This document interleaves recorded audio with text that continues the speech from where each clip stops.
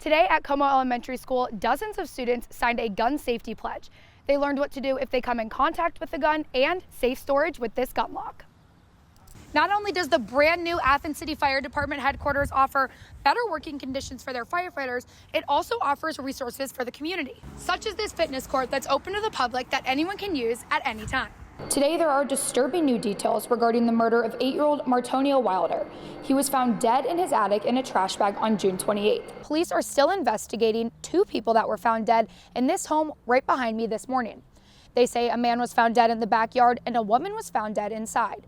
Neighbors tell me they would have never expected this. A bill that could change higher education is only 2 votes away from the governor's desk, but it has been stalled for nearly 7 months. The shop you see behind me will look a little different in the next few years, as Columbus State is getting $16 million to expand their automotive program. The Athens City Commission on Disabilities is planning to sue the city for their lack of fixing accessibility issues in Athens, such as crosswalks, sidewalks, and curb ramps. Today marks 10 months since the deadly shooting of 21-year-old Takaya Young. She was shot right here in the Kroger parking lot, and every month on the 24th, her family and friends hold a vigil to honor her and make their presence known. Senator Smith says this is the most reasonable gun control that has been introduced. If you do own a bump stock, you have 180 days to get rid of it if the bill passes.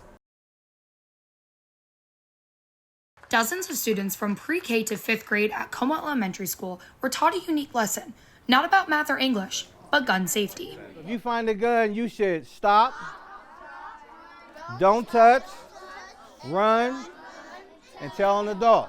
Members of the Onyx Gun Club led the class. Volunteers encouraged students to sign the Child's Gun Safety Pledge, promising to never play with guns and to never go looking for them. They also showed the kids what a gun lock is. What this simple gun lock does is save lives.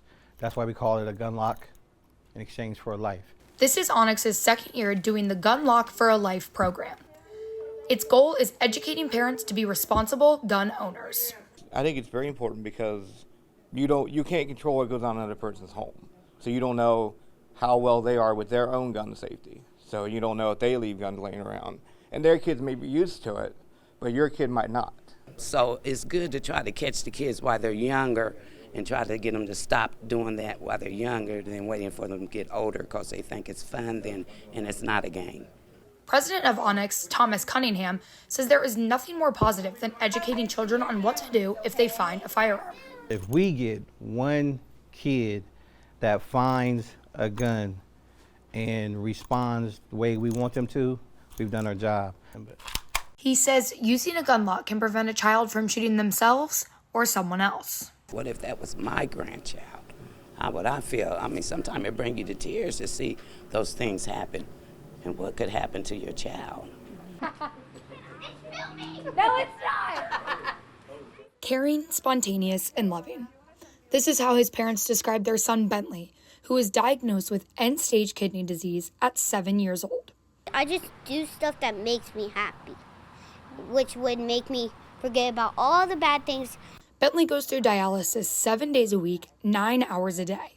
Kidney failure is hard on anybody, even a child. Dialysis is hard on anybody, but it's more hard because he can't go to the bathroom. He can't wake up and just, go to the living room, get a snack. He's pretty much stuck to his room.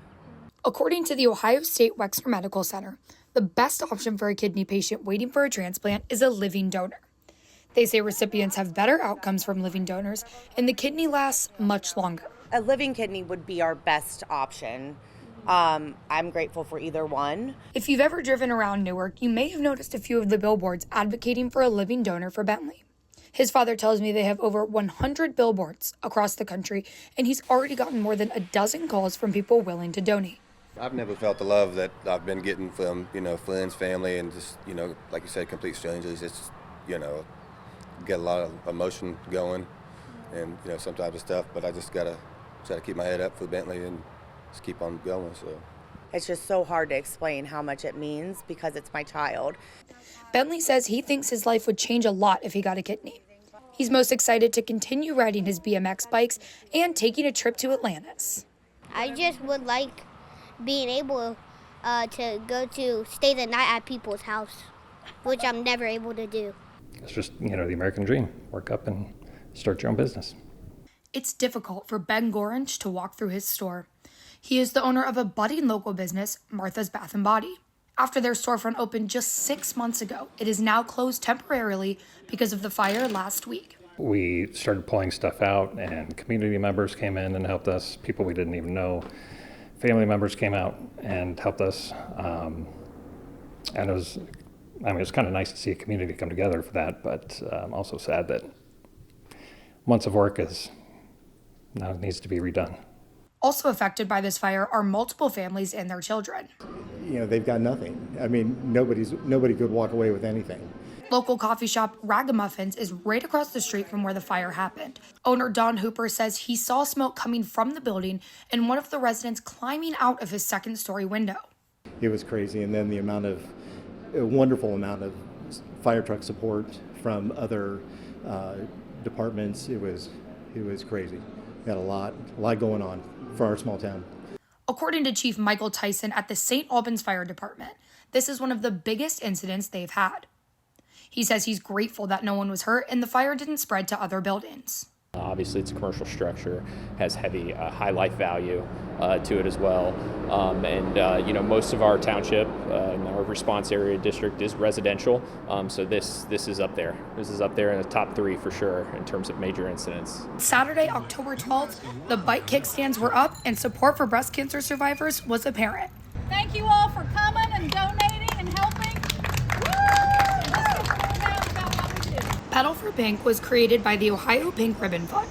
This is their second year doing the event, and all proceeds go to breast cancer survivors. Of course, I'm always thinking of my Pink Ribbon people, and I said, oh my gosh, we need our own event that includes the bike path. It's local, everything stays here. Director of the Ohio Pink Ribbon Fund, Lee Wood, says they support breast cancer survivors during treatments and help with emergency funds that insurance does not cover. If they have to have a hotel the night before surgery, if they have to have a utility paid because it's going to get shut off, any of those kinds of things, because we are trying to keep the stress down for somebody who's in treatment. Board member Megan Bolin is a breast cancer survivor herself, so she says she holds this event very close to her heart. I'm cancer-free 3 years, so at 34 it's not something you think about it, but breast cancer does not discriminate between age, race. Men or women can get breast cancer. Whether you're walking, riding, cheering people on in your lawn chair, I just want people to come together for a bigger thing.